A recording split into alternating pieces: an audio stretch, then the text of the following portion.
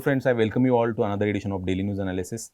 So in this particular edition, we are going to discuss some very important articles that are part of Hindu as well as Indian Express newspapers. I hope you like my new avatar today. Particularly, the first important article that we are going to discuss is about Trump-Putin Alaska Summit. The outcome of the summit is again important from the perspective of GS2 international relations. Particularly important from the prelims is knowing the mapping aspect of Alaska as well. So stay tuned. Another important article is about GST Restructure Plan, the new regime for online gaming in discussion. Important analysis again from the perspective of GS2 regulations and GS3 economy online gaming related regulations as well.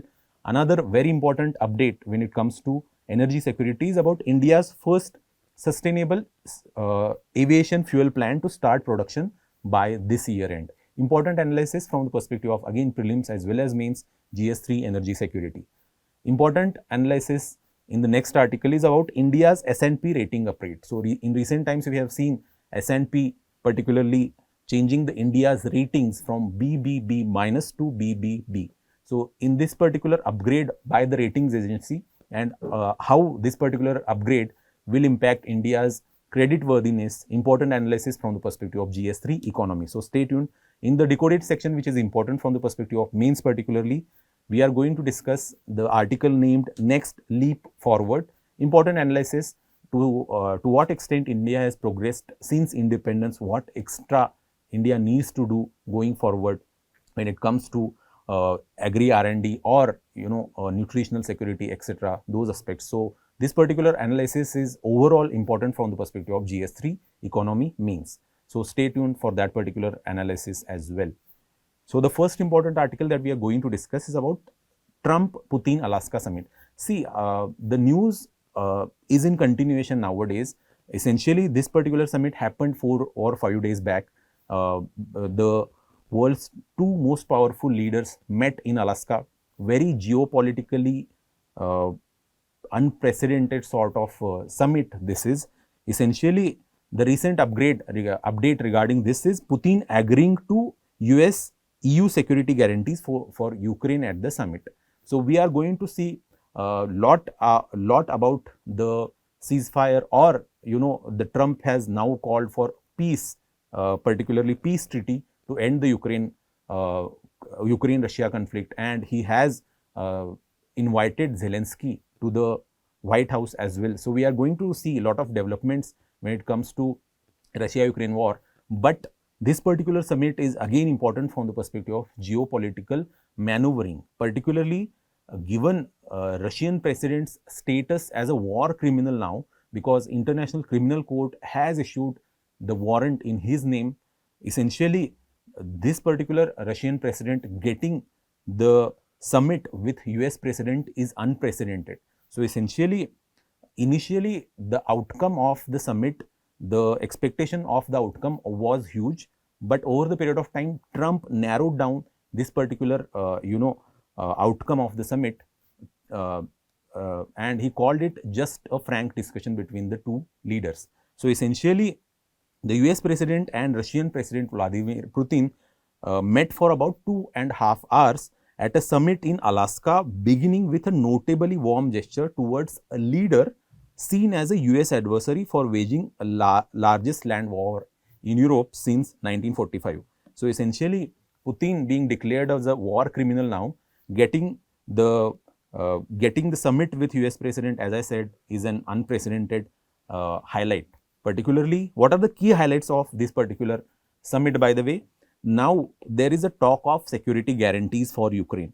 Special US envoy said that Putin agreed at his summit with Donald Trump to allow US and European allies to offer Ukraine a security guarantee resembling NATO's collective defense. So essentially, Trump is essentially wavering on the commitment for Ukraine's NATO membership, but there is a talk of security guarantee for Ukraine, which is similar to NATO's collective defense, which mandates part of an eventual deal to end the 3.5-year war now. The US could offer Article 5-like protection, which is one of the real reason why Ukraine wants to join NATO in particular, collective defense in particularly. Mr. Witkoff said it was the first time he had heard Putin agreeing to the security guarantees. So essentially, security guarantee is something which is on the cards now. We are going to see a lot of developments in this regard. Trump's position is also very important in this regard, calling it a big progress on Russia, suggested that Ukraine must compromise, especially no NATO membership. As I said, the NATO membership is now out of question for Ukraine for some time period. Negotiations, particularly US Secretary of State said that guarantee framework still under discussion, peace deal still a long way off. Russia also agreed in principle to a law pledging not to seize more European territory as well.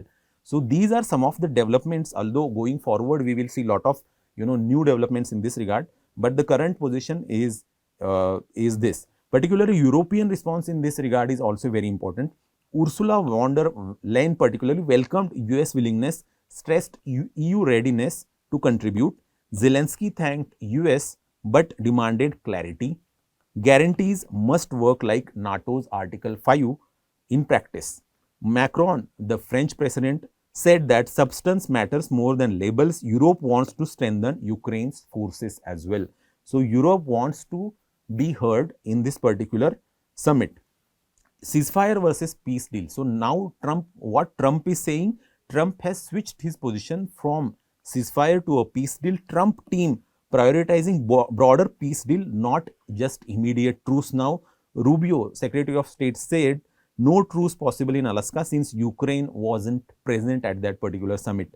Territorial issue, Putin demands Ukraine cede Donetsk and Luhansk in Donbass. Zelensky rejects territorial concession, citing Ukraine's constitution. So this particular issue remained there for ending the war between the two countries.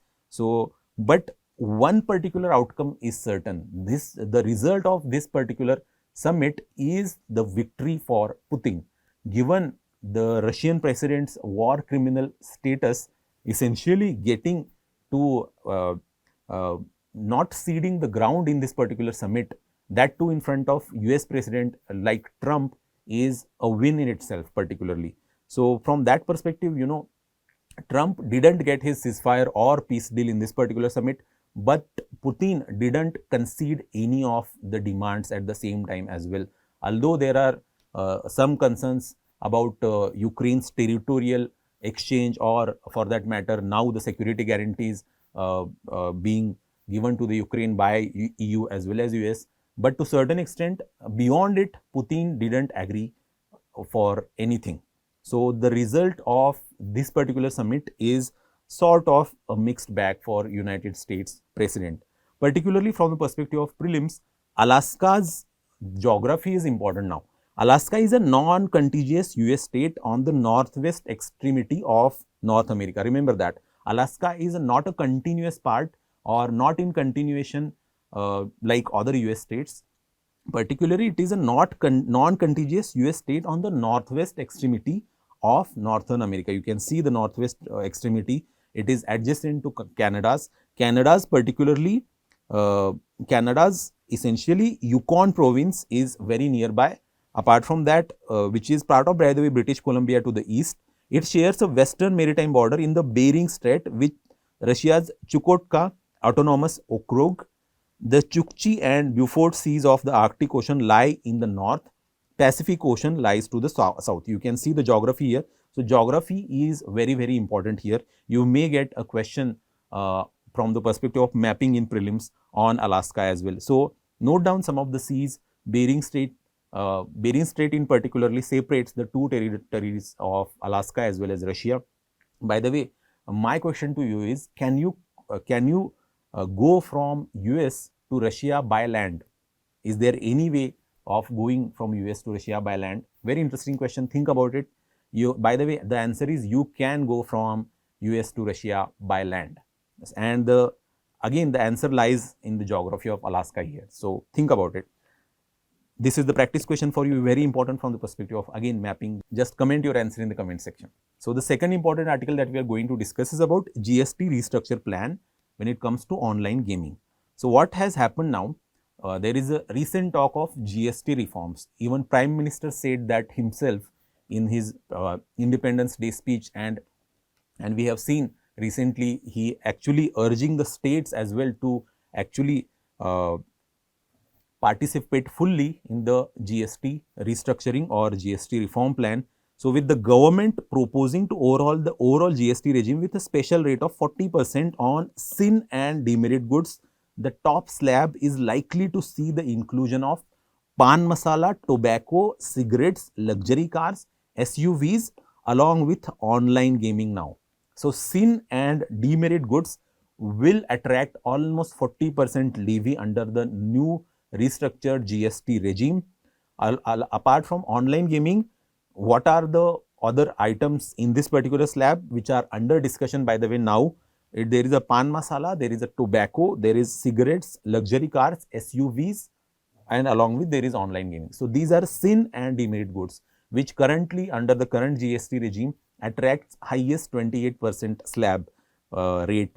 Reasoning for inclusion of online gaming under the 40% particular levy is based on India's social ethos. Online gaming is being treated as a demerit activity.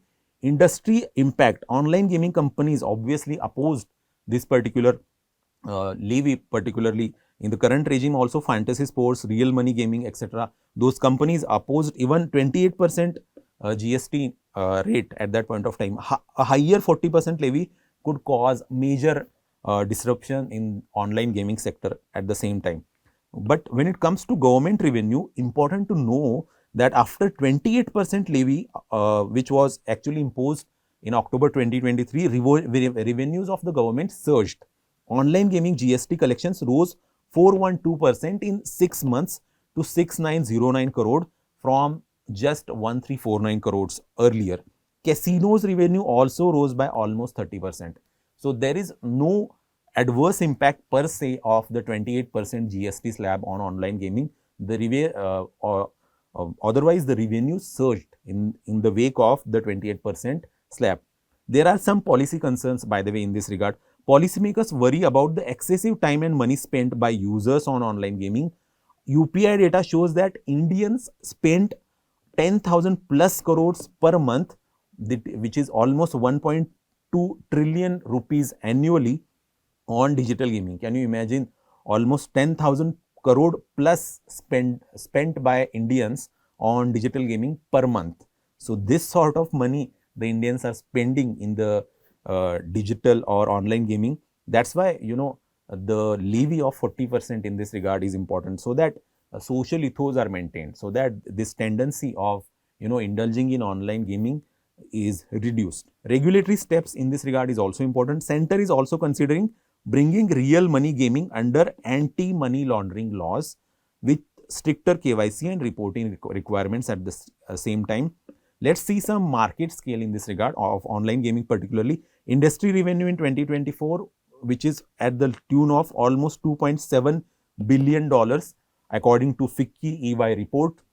Users almost 155 million engaged in real money gaming as of 2024, which is 10% growth since 2023. Daily players of almost 110 million. So, 110 million Indians play the digital games daily. Can you imagine the scale of the industry? But what is the current legal framework for online gaming regulation in India particularly? There is a differentiation between game of skill versus game of chance now. India distinguishes between game of skills and games of chance.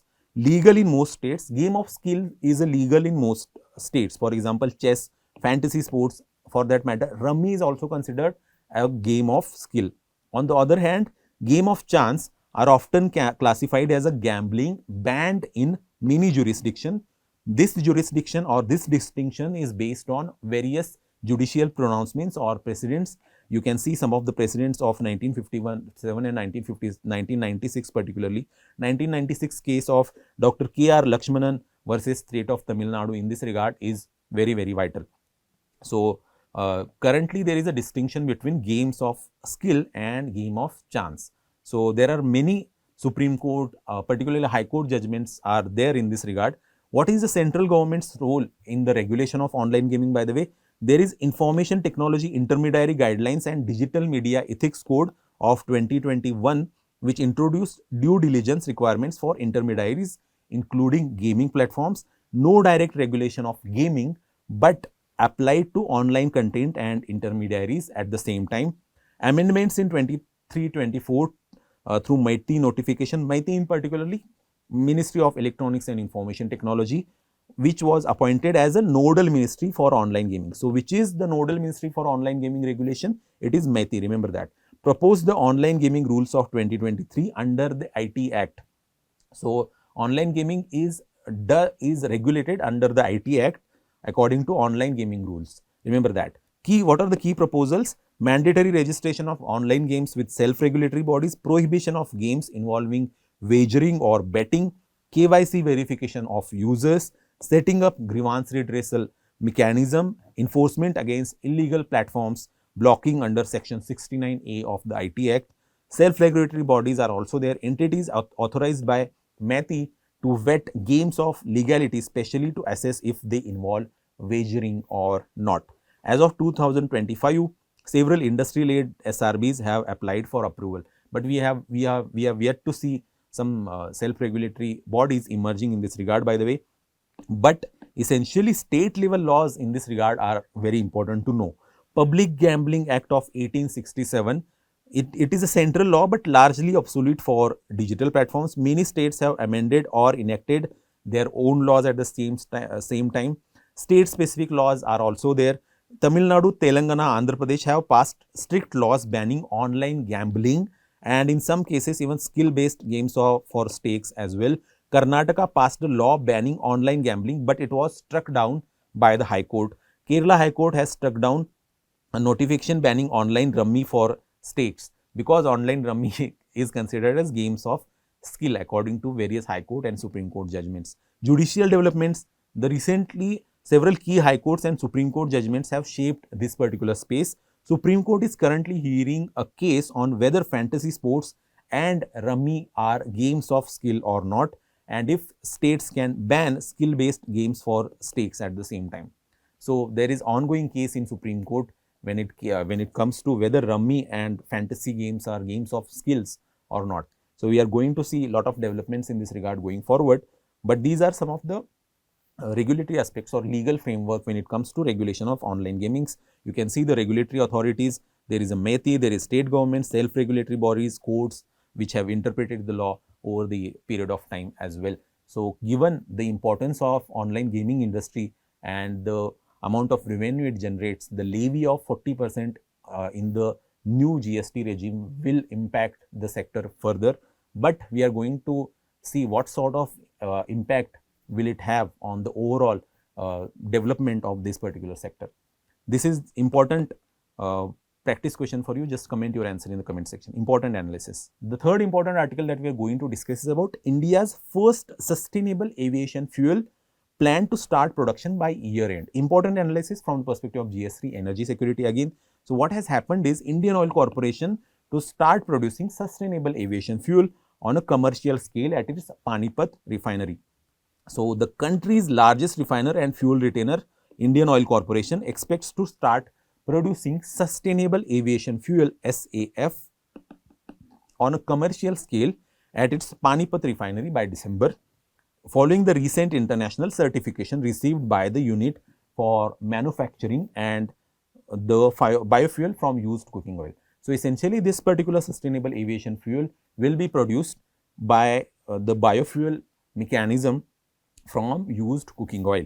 By the end of the year, IOC will have the capacity to produce almost 35,000 tons per year of SAF from used cooking oil, which will be sourced from large hotel chains, restaurants, sweets and snack majors like Haldiram's, which normally discard cooking oil after only single use. The capacity of 35,000 per year will be sufficient to meet the country's 1% SAF blending requirement for international flights by 2027. So, there is this particular regulation there which mandates the 1% SAF blending particularly on international flights by 2027, and with this particular capacity of 35,000 tons per year, India is able to achieve this particular goal.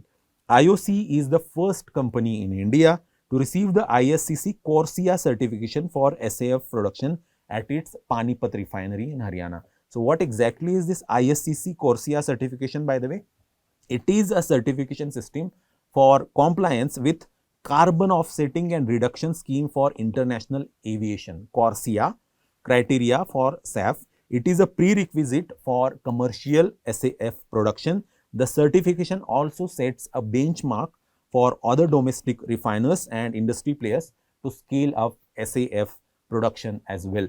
So, this particular aviation industry is moving towards sustainability. So, essentially CORSIA is carbon offsetting and reduction scheme for international aviation, particularly which it is a criteria for SAF. It is a prerequisite for commercial SAF production. So, CORSIA is launched by the International Civil Aviation Organization in 2016. Remember that. Its objective is to achieve carbon neutral growth in international aviation from 2020 onwards. Mechanism: airlines must offset CO2 emissions exceeding 2020 levels by purchasing carbon credits from approved projects and using sustainable aviation fuel to reduce emissions at the same time. First global market based mechanism to address international aviation emissions. So, this is CORSIA, carbon offsetting and reduction scheme for international aviation, is the first market based mechanism to address international civil aviation emissions. So, what about the implementation of these CORSIA measures? Phases: there is a pilot phase of 21 to 23, voluntary participation. First phase 24 to 26 still voluntary, but many states have joined. Second phase, which will be mandatory for most CAO members from 27 to 35, with exceptions for least developed countries, small island developing states and landlocked developing countries. But what is the India stance? Whether India has actually implemented this CORSIA measures or not. Currently participating voluntarily, but calls for differentiation between advanced and developing nations. India has its own concern when it comes to implementation of these CORSIA guidelines or CORSIA measures. In line with the CORSIA framework, India's National Biofuel Coordination Committee (NBCC) has set the initial indicative targets for blending SAF with jet fuel from 2027 onwards, starting with international flights. The indicative targets are 1% blending in 2027 and 2% in 2028. So, that is why this particular 35,000 ton Panipat refinery will be game changing for sustainable aviation fuel. The government is expected to announce SAF blending mandates for domestic flights in India as well, but only after blending for international flights begins in 2027 onwards.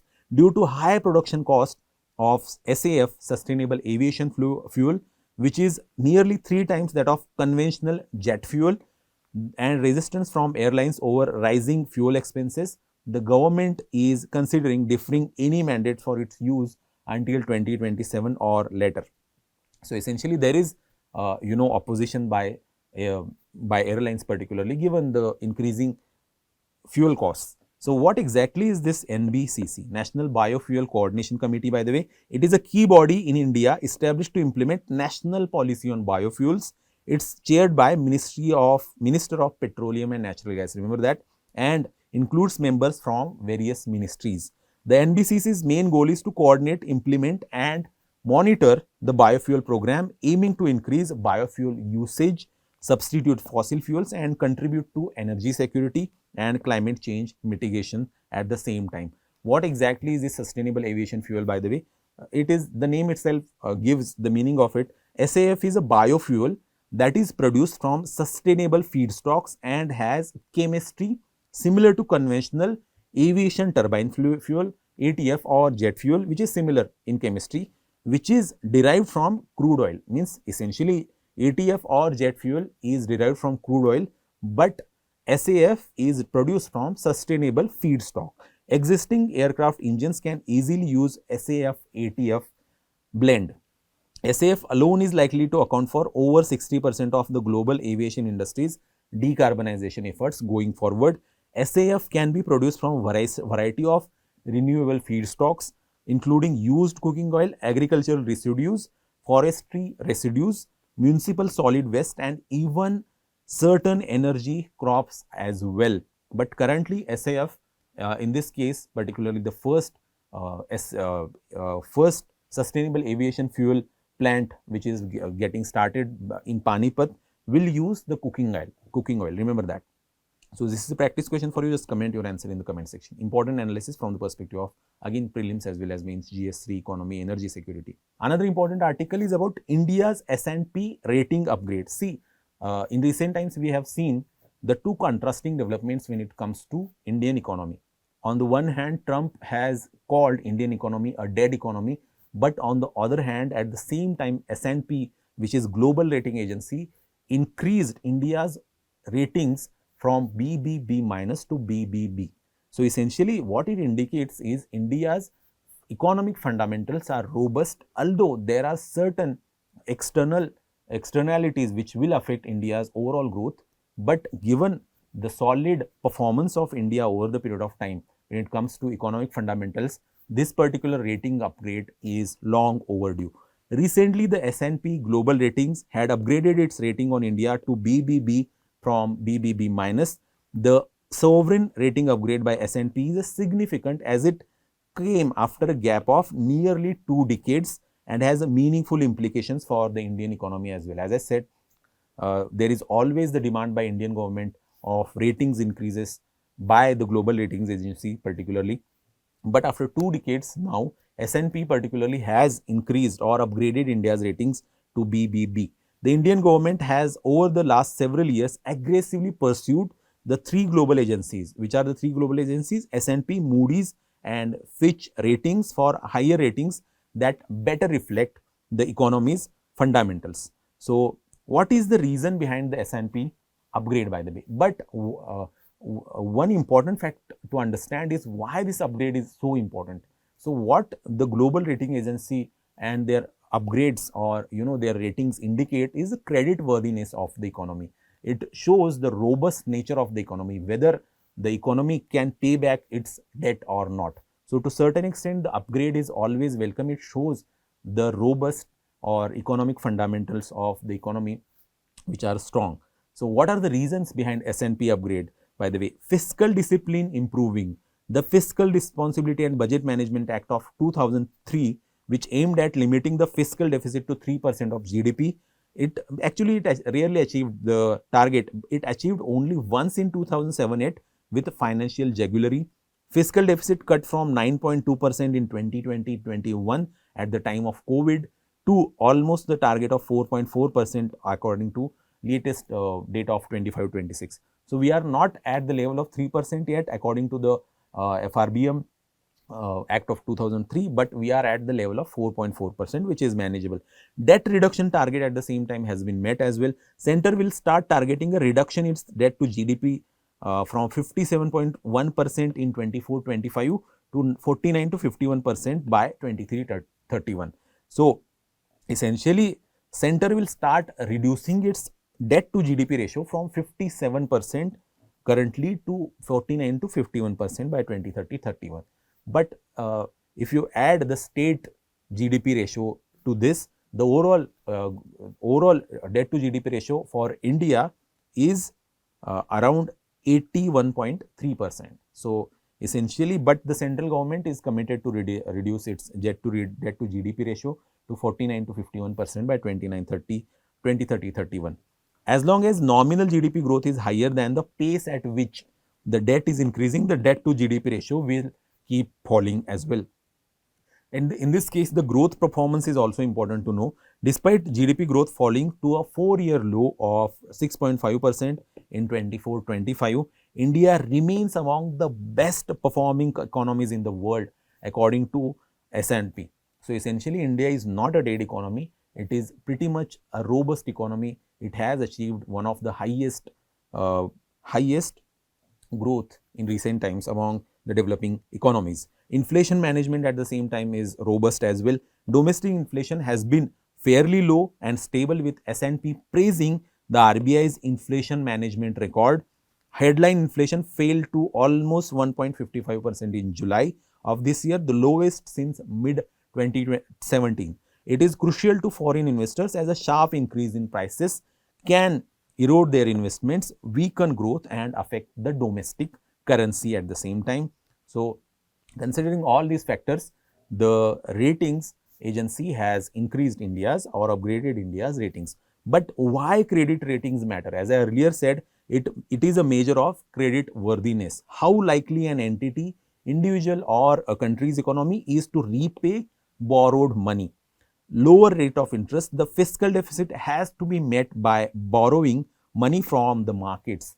Now, if the government has high credit worthiness, the rate of interest is lower for the government. So, that is why they can meet their fiscal deficit target through that as well.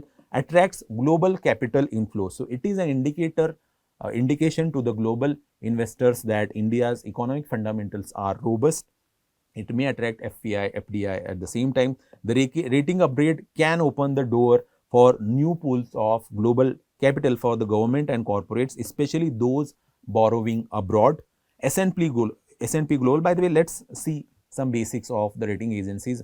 We have seen the PYQ in this regard. S&P Global or Standards and Poor's Global is a leading international credit rating agency. It evaluates the credit worthiness of governments, corporations, financial instruments, providing investors with independent assessment of risk.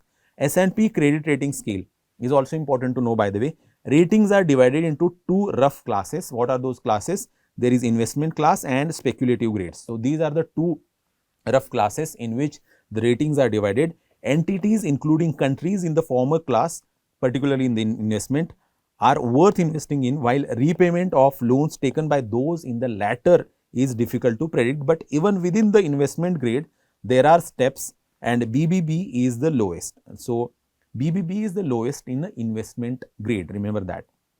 So, in investment grade we have 4 ratings. There is AAA, there is AA, there is A, and there is BBB. So, what is the meaning of BBB, by the way?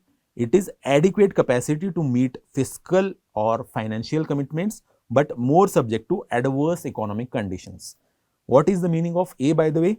Strong capacity to meet financial commitments, but somewhat susceptible to economic conditions and changes in externalities or external circumstances. What is the meaning of AA? Very strong capacity to meet financial commitments. What is the AAA requirement or rating mean? Extremely strong capacity to meet financial commitments. See, these are a bit subjective, although the S&P ratings divides these particular divides the ratings in these particular investment grades. So, when it comes to speculative grades, these are some of the ratings. For that matter, you can see BB, which is, with the meaning of it is less vulnerable in the near term, but faces major ongoing uncertainties to adverse business, financial and economic conditions. What is the meaning of B, by the way? More vulnerable to adverse business, financial, economic conditions, but currently has the capacity to meet financial commitments. What is the meaning of CCC? Currently vulnerable and dependent on favorable businesses, financial and economic conditions to meet financial commitments. So, you can see other in speculative grade and the meaning of it.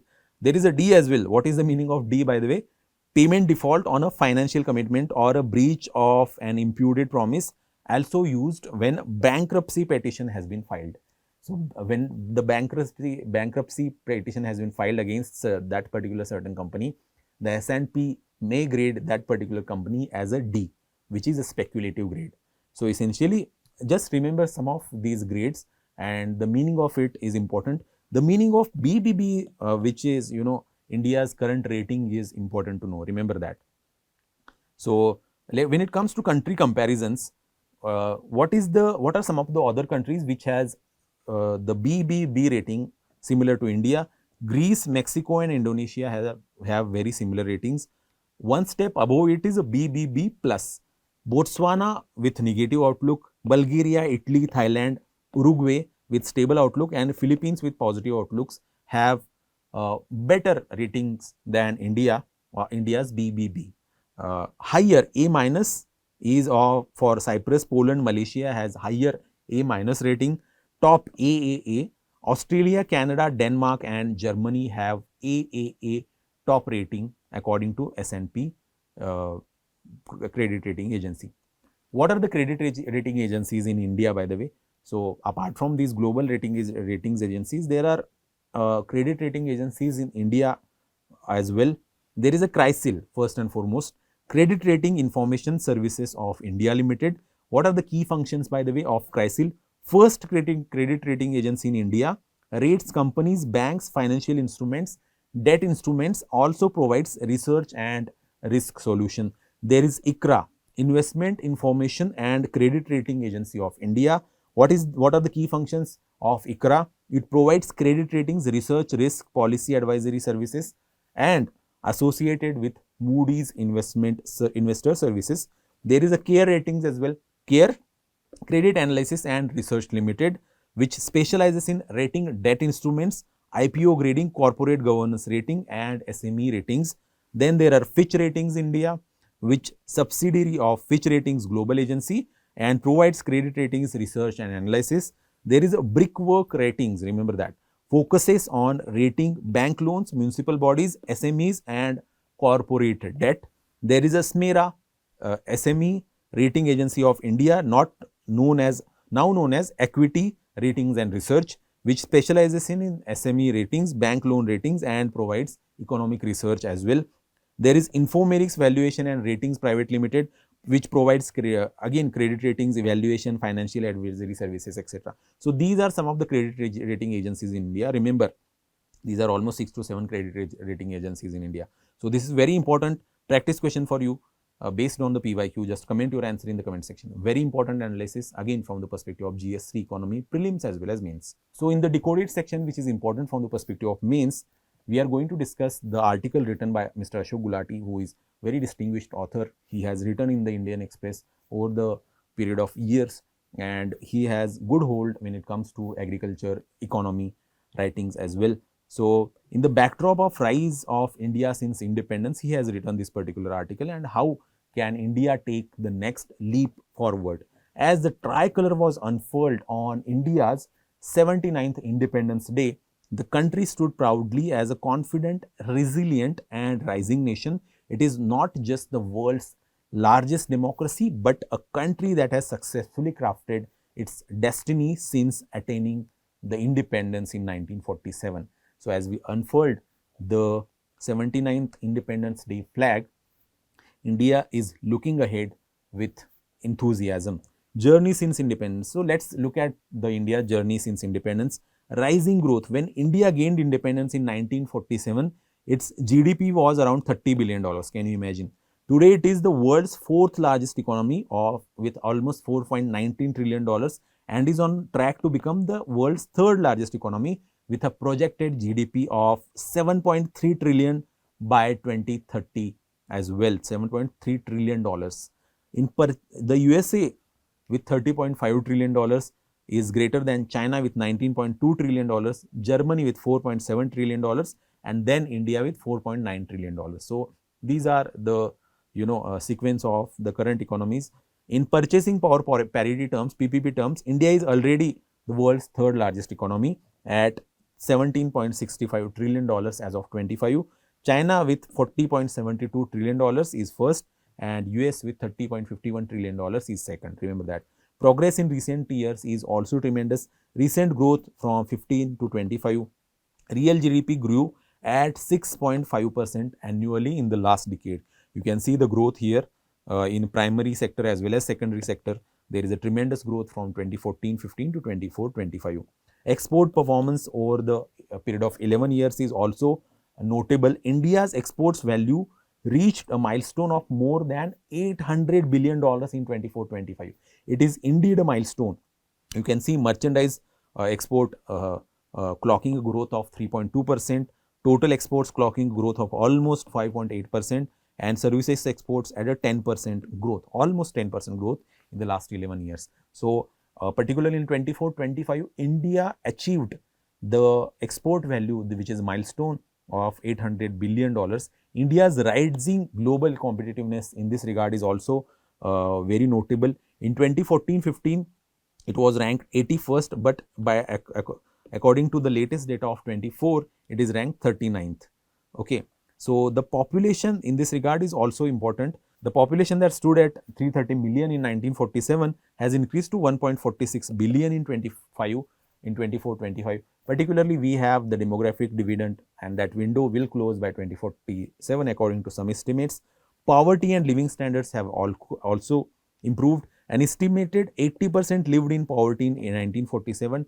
Today, poverty measured at the $3 per day 2021 PPP threshold has fallen to just 5.3% as per World Bank estimates. So, if we take $3 per day as a measurement of a measurement threshold, currently only 5.3% of Indian population falls under the poverty according to the World Bank estimates. Remember or note down some of these data points, important. Life expectancy has also improved, obviously. 32 years, which is in 1947, has increased to almost 72 years now according to the NFHS data in 23-24. Literacy, which is at 18.3% in 1951, has improved to 77% according to some estimates as of 23. Agriculture and food security also has improved, has seen the tremendous revolution. Food grain production stood at about 50 million metric tons in 1947. It has multiplied sevenfold, reaching 353.9 MMT in 24-25. Remember these facts, important. India is now the world's largest rice exporter, shipping 20.2 MMT in FY25. Grain stocks with government exceed 90 MMT, well above the buffer norms. Horticulture output has risen 15 times since independence. Milk production has increased 11 times. Agri GDP growth from 15 to 25, which is at on average is around 4% annually, exceeding the population growth. India is a net agricultural exporter at the same time. So, India's agri exports are also increasing. So, agriculture and food security, India has progressed tremendously. At the same time, you must justify your arguments with data, facts, points. So, note down some of these points important from the perspective of GS3 economy. Science and technology and space has also seen tremendous growth since independence. Innovation push, Jai Jawan, Jai Kisan, Jai Vigyan, and now Jai Anusandhan reflects India's continuous focus on R&D. Vajpayee once said, what IT is for India, biotechnology is for Bharat. What IT is for India, BT is for Bharat, biotechnology.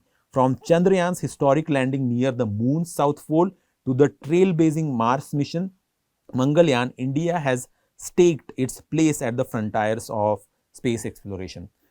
Digital revolution, the meteoric rise of UPI processing over 10 billion transactions each month and inspiring fintech innovations worldwide reflect a digital revolution. Resilience in global geopolitics, or politics rather, withstood US sanctions in 1998 after the Pokhran nuclear test and pressure from US in Indo-Pakistan War of 1971. But despite all these achievements, there are certain challenges which remains there. There is a nutritional security challenge which India is currently facing. High malnutrition among children under 5, although we have improved a lot in that regard in recent times, linked to women's education, maternal health and sanitation gaps. You can see some of the data points of NFHS 4 and 5 in this slide here. So, subsidy burden and inefficiency is also an issue. Food and fertilizer subsidies of almost 3.71 lakh crore as of 25-26, 20 to 25% of subsidies fail to reach intended beneficiaries. Subsidies crowd out productive investments at the same time as well. So, the capital investment suffers when you have the huge subsidy burden. Environmental concerns, soil degradation, water scarcity, air pollution threatens sustainability. Income gap with China. India's per capita GDP as of 25 is at 2880 PPP, $2880. In PPP terms, it is around $12,000. When it comes to China, which is China's per capita GDP is at $13,690 now. And in the PPP terms, it is almost $29,000. That's why there is a wide gap despite similar starting points. Structural issues, bureaucratic hurdles to slow reforms, need for stronger innovation and scientific culture is seen. What are the measures needed? What are some of the measures suggested by Mr. Ashok Gulati in this regard? How India can take the next great leap forward? Nutrition and health. focus on women's education, maternal care and sanitation, reform subsidies, rationalize food and fertilizer subsidies, and redirect savings towards agri R&D, infrastructure and value chain. So, the author here emphasizes on agricultural R&D, infrastructure and value chain developments, promote innovation and investment, empower citizens to innovate, invest and generate sustainable incomes. Sustainability first, make environmental protection, soil, water, air central to agricultural growth. So, sustainable agri growth is also necessary. Inclusive growth and governance, accelerate growth with inclusion, cut bureaucratic hurdles and red tape, foster a scientific temper and innovation culture. Focus on the innovation culture is necessary. So, these are some of the suggestions given by author, very interesting and innovative solutions here. In conclusion, we can say that India's story is a still work in progress. It has lessons for many countries in Asia and Africa and in many high-tech sectors that India has shown its prowess. It competes with the best. The vision for Viksit Bharat by 2047 can be realized only if we remain focused on accelerating growth in an inclusive manner, cut down on bureaucratic hurdles and adopt a scientific culture as the guiding principle backed by the investments. So, India has a long way to go towards Viksit Bharat by 2047. Although we have achieved so much since independence, but there are certain challenges. Obviously, we are working on it and we are hopeful of achieving the Develop India goal by 2047. So, that's it from my side and stay tuned for another edition of Daily News Analysis. Thank you.